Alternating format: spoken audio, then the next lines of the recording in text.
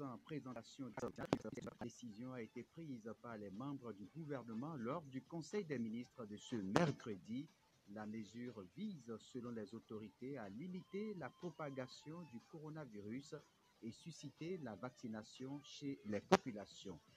La commune de Djougou enregistre des cas de diarrhée aiguë.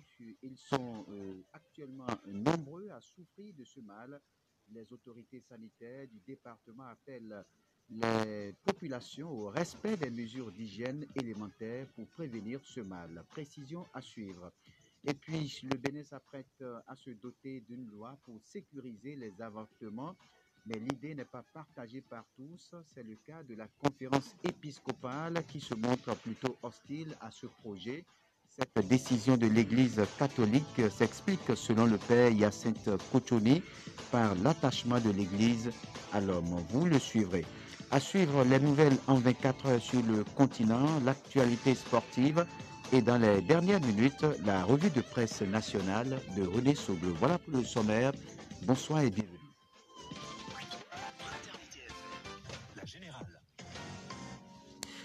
Mesdames et messieurs, bonsoir. Plus d'accès dans les services publics sans la présentation du pass vaccinal ou test PCR du Covid-19 datant d'au moins 48 heures au Bénin, c'est l'une des grandes décisions prises en Conseil des ministres ce mercredi. Il s'agit d'une nouvelle décision pour limiter la propagation du virus et susciter la vaccination chez les populations. Cette nouvelle mesure, selon les membres du gouvernement, vise à booster le taux de couverture vaccinale afin de préserver la vie et la santé de tous les Béninois.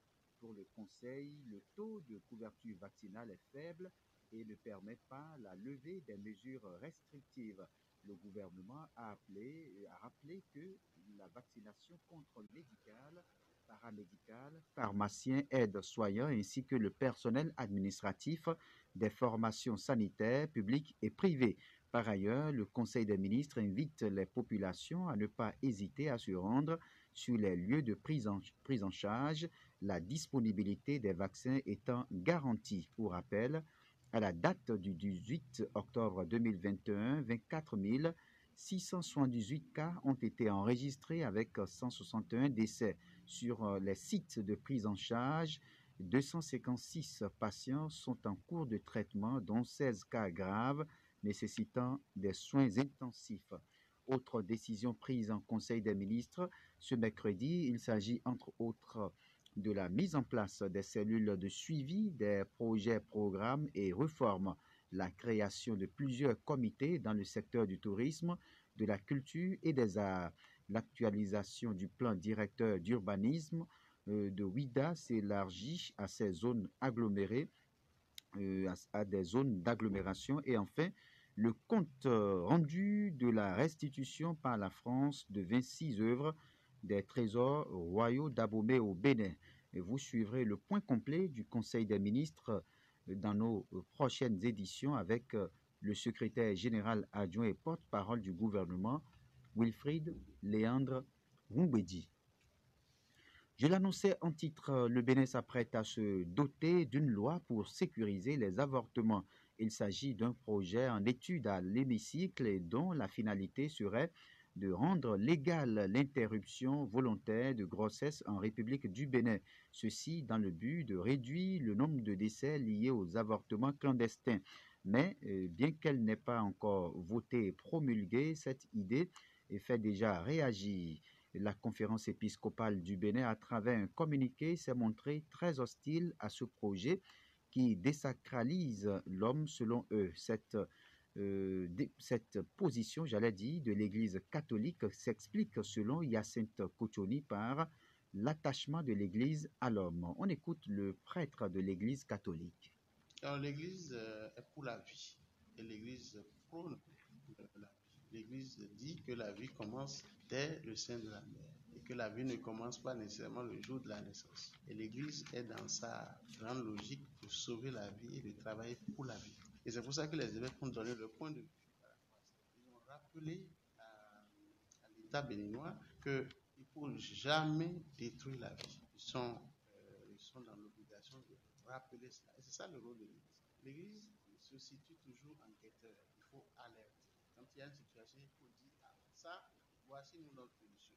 Maintenant, l'État peut s'entêter, il fait ce qu'il veut, mais l'Église aura donné son avis. En fait, c'est un couteau à double tranchant.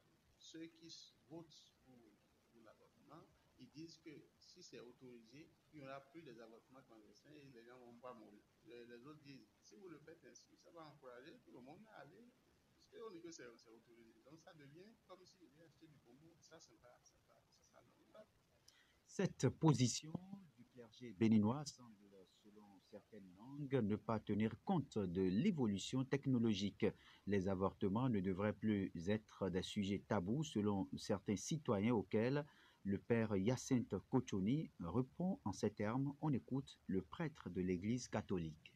D'abord, les pays développés ne sont pas des miroirs pour nous. Nous devons sortir des sentiers battus. Alors, l'Église ne changera jamais de position par rapport à la vie. Même dans ces pays développés, l'Église rappelle toujours sa position, qui est qu'il faut sauver la vie. Le jour où nous allons arriver à dire, bon, écoutez, l'Église, on autorise, faites ce que vous voulez de votre corps, eh bien là, notre société va davantage plomber. Vous avez vu déjà qu'on a des problèmes. La société ne tient plus comme cela se doit, avec tout ce qu'il peut y avoir comme découverte scientifique. Et on n'est qu'au début des découvertes scientifiques. Et vous allez voir qu'il y aura encore beaucoup d'autres choses sur le plan de développement, etc.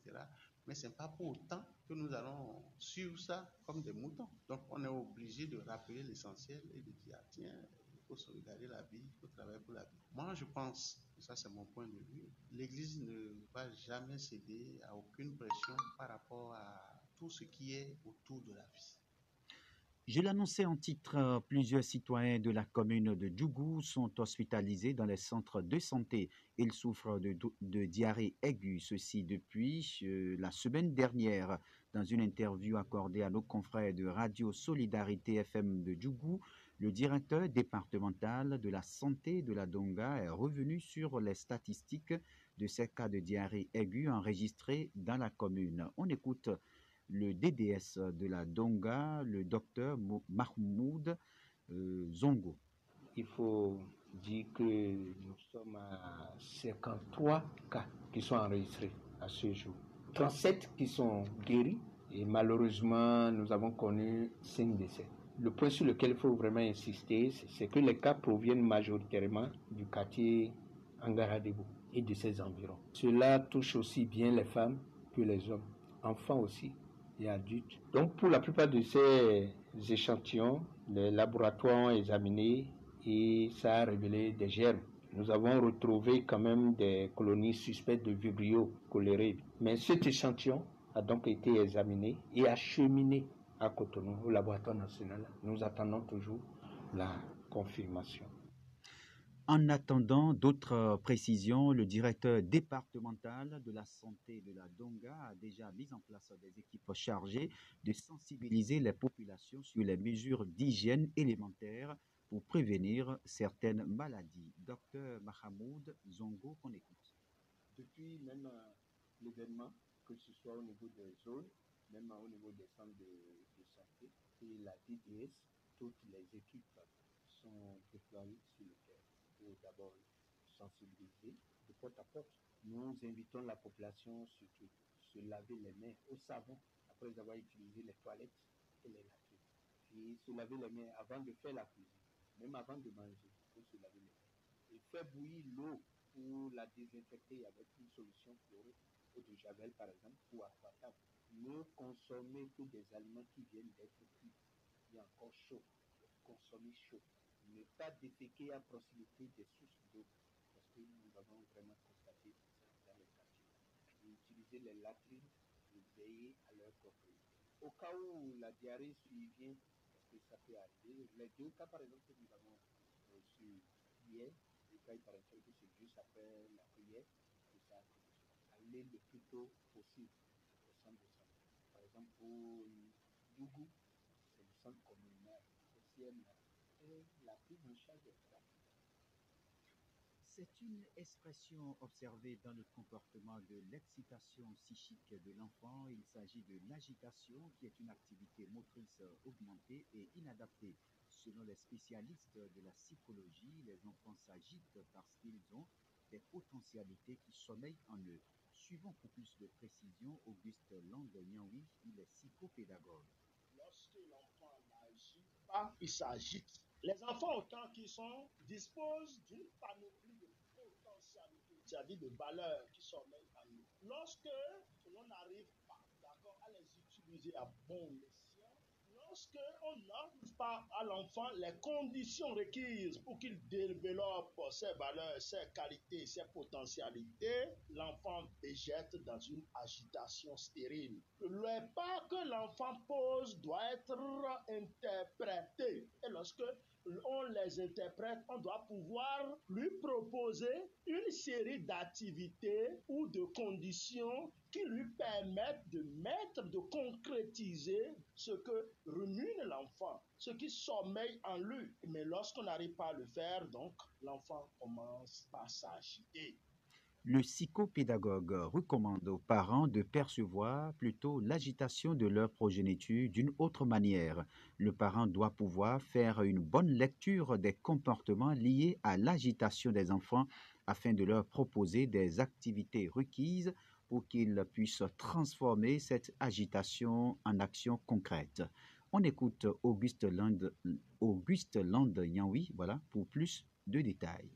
L'agitation de l'enfant doit être interprétée autrement. À travers l'agitation, vous pouvez y voir beaucoup de choses que vous pouvez utiliser, d'accord, au profit de l'enfant. Si l'enfant s'agite, chers parents, c'est pas parce qu'il est potentiellement pathologique, non. L'enfant a manqué des conditions pour exprimer ses potentialités, alors donc il agit ainsi, il s'agite. Il faut tout faire pour créer, pour lire à l'enfant, c'est-à-dire les comportements, faire une bonne lecture des comportements de l'enfant afin de lui proposer les conditions et les activités requises pour qu'il puisse transformer cette agitation en action.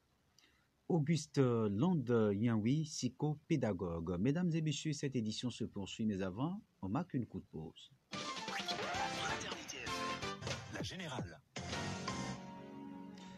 Insécurité à Parakou, une maison située au quartier Alaga, dans le 1er arrondissement, a reçu la visite des hors-la-loi. C'était dans la nuit du lundi 18 au mardi 19 octobre. Plusieurs appareils électroménagers et des produits alimentaires ont été emportés, regrette Fanta Kodo, l'une des filles du propriétaire de la maison. Le butin emporté par ces voleurs peut s'estimer à une importante somme selon la victime. À l'approche des fêtes de fin d'année, c'est hors-la-loi renoue avec les vieilles habitudes. C'est pourquoi Fanta Kodo lance un appel aux propriétaires de maisons afin que des dispositions soient prises. Son appel va également à l'endroit de la police républicaine. On écoute un extrait de ses propos. Je ne sais pas combien on peut estimer exactement le prix de ce qu'ils ont pris, mais ça doit être un peu cher quand même. Quand les fêtes de fin d'année approchent, il y a souvent ces trucs. Donc, je vous demande de vraiment prendre les dispositions pour ne pas être victime de ces genres de cambriolage. Je crois bien que la police a un grand rôle à jouer, surtout en ces périodes. Ils doivent vraiment nous aider. Selon la victime, à l'approche des fêtes de fin d'année, ces voleurs renouent d'initiatives pour commettre des forfaits. C'est pourquoi Fanta Kodo appelle les propriétaires de maisons à faire preuve de vigilance. Autre volet de l'actualité, le chargement hors pack, on en parle toujours. Cette pratique a repris de plus belle à Parakou, malgré les multiples luttes enclenchées par les autorités municipales. Les chauffeurs de taxi se refusent toujours d'entrer dans les rangs. Bien au contraire, ils usent d'autres stratégies en prenant d'assaut les rues à la recherche de passagers. Jacques Degbé est allé faire sa petite enquête sur le sujet. Voici son reportage. Chasser le naturel, il revient au galop. Le stationnement hors parc est décidément un phénomène à la peau due à Parakou. Le problème est même revenu en force ces derniers jours dans la 3e villa statut particulier du Bénin, où les chauffeurs de taxi ont transformé les rues en deux parcs automobiles. Bon, moi, mon problème c'est que je suis un véhicule de Djougou et que quand je viens à Parakou, là, si je dis bon, je vais rentrer au parc, il faut que les véhicules de Parakou chargent d'abord avant que tout arrive. Bon, essayez, on va entendre le tour ça va trop tarder. Et encore, ce qui est trop grave même, ce n'est pas tous les passagers qui rentrent dans l'autogar. Il y a des autres passagers qui sont trop pressés. Et nous, quand on trouve une personne, deux personnes, on fait même de prendre la voie pour rentrer à la maison. Maintenant, l'homme est parti faire prêt pour acheter son véhicule. Vous voyez. Maintenant, il faut que par jour, il va aller verser. Il va faire un versement. Vous voyez. Alors qu'à l'autogar, là, si on va dire d'arrêter autour, là, ça sera un peu difficile pour nous. On essaie de faire partout, là. Si on trouve une personne, deux personnes, on prend la voie. À cause de ça, quoi. L'homme peut faire 2 jours sans aller si c'est pour attendre le tour. Ce spectacle qui dure depuis des années n'est pas sans ternir l'image de la 3e ville à statut particulier du Bénin. La situation est même à l'origine de certains cas d'accident, toutes choses que déplorent les citoyens qui en appellent aux autorités. Ça peut causer de l'accident dans la circulation quand même. Ce qui est négatif, on ne peut pas souhaiter cela. Je les exhorte de rester là où on les a trouvés, comme le parc. Ils viennent garer souvent au bord du goudron pour chercher des clients. La manière dont ils stationnent peut créer aussi des accidents. On demande à ce que les autorités renforcent ceci. Et pourtant, lors de la dernière répression enclenchée en juin dernier par la mairie, le 2e adjoint au maire, Moustapha Orougankou, promettait une lutte farouche. Vous savez, ce n'est pas une opération de charme, c'est une opération d'obligation de résultat. Et pour cela, tous ceux-là qui sont en infraction nés du hors-pac, c'est-à-dire les chauffeurs qui se livrent à des chargements hors-pac, ils seront véritablement reprimés et, je l'avais rappelé, sans complaisance. 4 mois après, rien n'a véritablement changé. Les chauffeurs de taxi foulent au pied la décision de l'autorité sans être inquiétés. Rapprochés, les syndicats de parc automobile disent être essoufflés par cette lutte et renvoient la balle dans le camp de la mairie. Imoru Maman Sissé est le secrétaire administratif de l'UNACOB, l'Union nationale des conducteurs du Bénin, au niveau du parc unique d'Albarika. Nous, ce qu'on a pu faire, on a déjà fait avec la mairie. Maintenant, nous n'avons plus de compétences à aller là-bas. Il s'agit maintenant de l'autorité. C'est l'autorité qui doit prendre en charge cet aspect-là. Puisque nous, déjà, à notre niveau, vraiment, on est déjà essoufflés. C'est comme ça, c'est l'autorité maintenant qui est en charge. Une nouvelle action musclée de la mairie, le chargement opaque se poursuit allègrement à Parakou. Voilà, c'était une enquête de Jacques Débé. Cette édition se poursuit, des accrochages entre les agents de police et les usagers de la route. C'est un spectacle que l'on observe très régulièrement sur nos différents axes routiers. Les hommes en uniforme, pour rappeler à l'ordre des usagers indélicats, n'hésitent souvent pas à utiliser la manière forte. La situation est même parfois à l'origine de certains cas d'accidents de la route. Toute chose que déplorent certains citoyens rencontrés par notre rédaction. Suivons ici Alassane Oumourou, un agent de sécurité publique, et Isiakou Oru Doko, un conducteur de taxi-moto. Ils sont tous au micro de Jacques Débé. J'aimerais aussi demander aux agents de la sécurité de laisser au moins la brutalité. Si on veut arrêter, oui, il faut que si on veut arrêter quelqu'un et qu'il vient à vif à lui, qu'on le laisse passer. Parce que aussi c'est leur sécurité. Si la personne vient le cogne, lui aussi il a de la famille. Donc il faut que ça soit au moins un laisser passer pour qu'ils s'entendent. Parce que j'ai assisté à un cas où avec la brutalité, il y a quelqu'un qui est tombé avec moto. Il a pris des enfants aussi qui sont là. Si la personne se blesse et la personne meurt, on ne va plus voir que le policier veut faire son travail. Bon, j'observe souvent, puisque même mes propres collègues vous le font.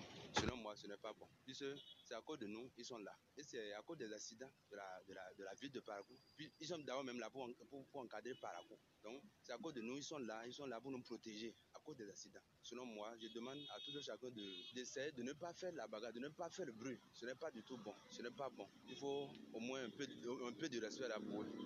Ils ne sont pas là pour la bagarre. Ils sont là pour nous secourir. Selon ces deux citoyens, s'il est bien vrai que la police républicaine doit œuvrer pour le respect du code de la route, les agents de police doivent aussi s'assurer de leur propre sécurité. À présent, les nouvelles sportives.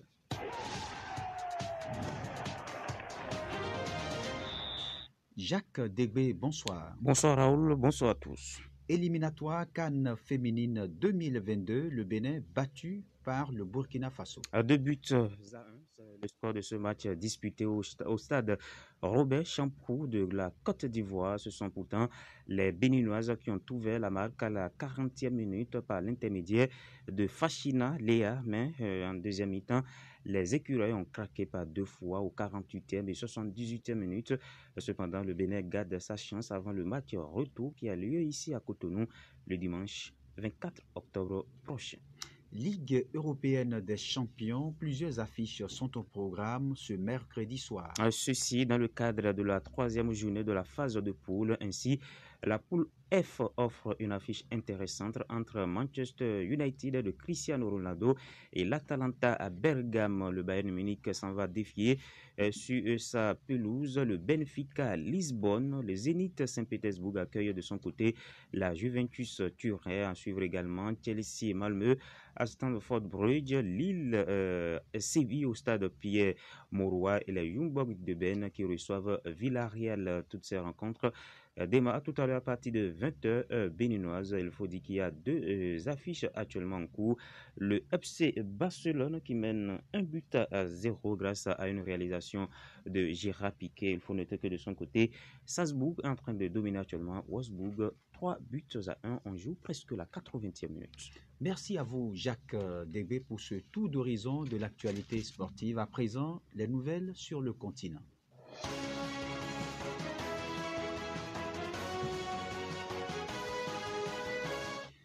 Les nouvelles sur le continent, je suis avec Pierrette Apovor. Bonsoir. Bonsoir, Raoul Sivounoukon.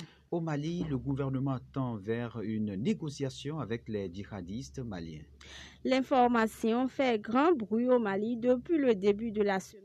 Le gouvernement de transition a donné mandat au Haut Conseil islamique pour amorcer un dialogue avec les groupes djihadistes maliens qui sévissent dans le pays. Pour l'heure, il ne s'agit que d'une mission de bons offices qui doit établir le contact. L'objectif final, c'est de trouver des positions communes pour mettre un terme aux attaques et aux combats qui ensanglantent le pays depuis près de 10 ans.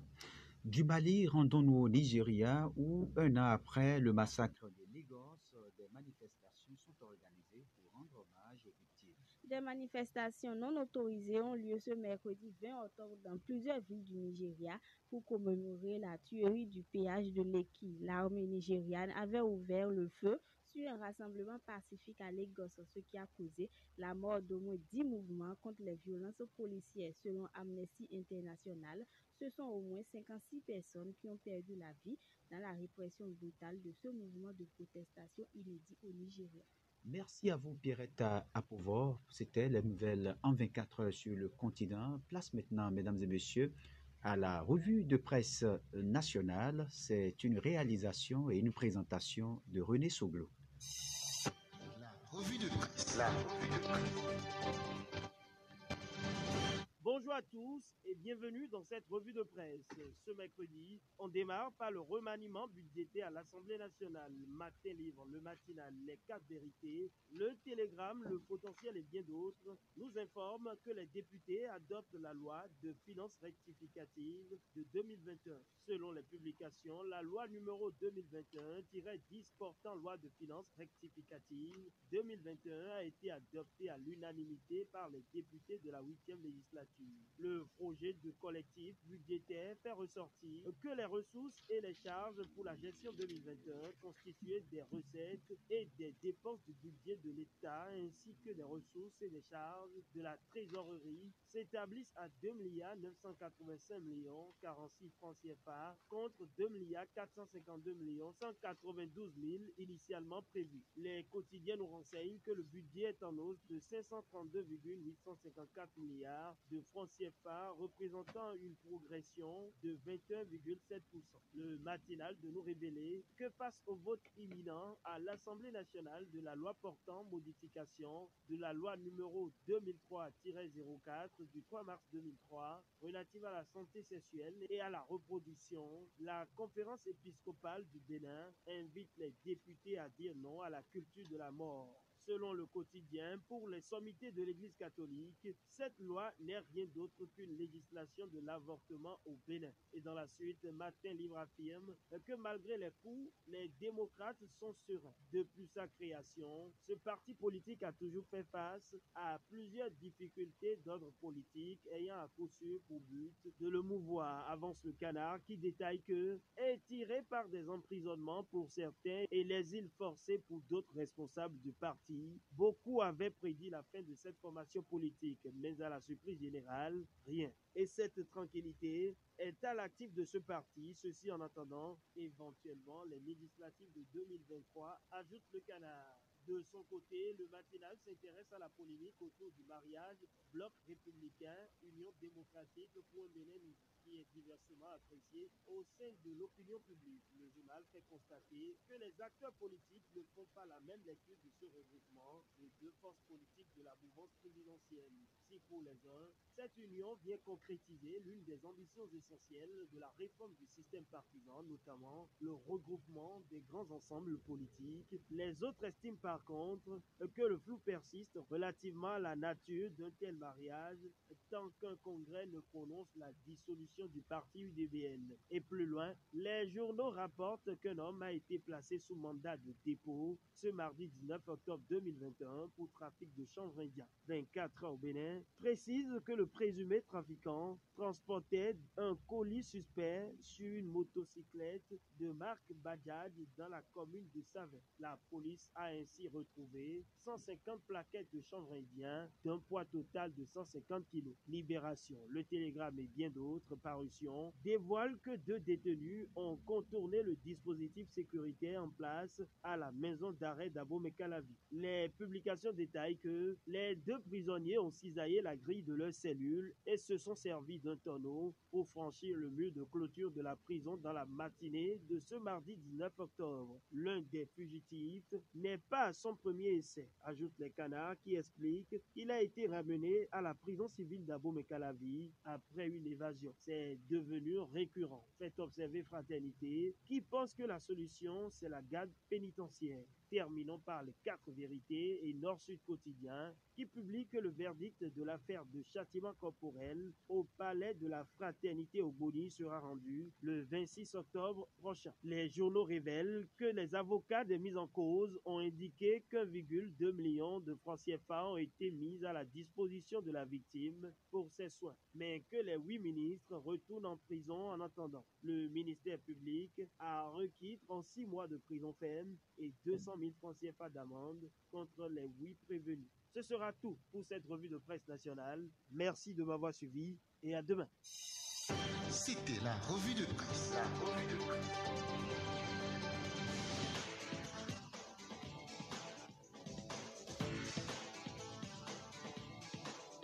Mesdames et messieurs, ainsi prend fin cette édition du soir de nos informations. Retour sur les principaux titres. Plus d'accès dans les services publics sans la présentation du pass vaccinal ou du test PCR du Covid-19. La décision a été prise par les membres du gouvernement lors du Conseil des ministres de ce mercredi. La mesure vise, selon les autorités, à limiter la propagation du coronavirus et susciter la vaccination chez les populations. La commune de Djougou, pendant ce temps, enregistre des cas de diarrhée aiguë. Ils sont actuellement nombreux à souffrir de ce mal.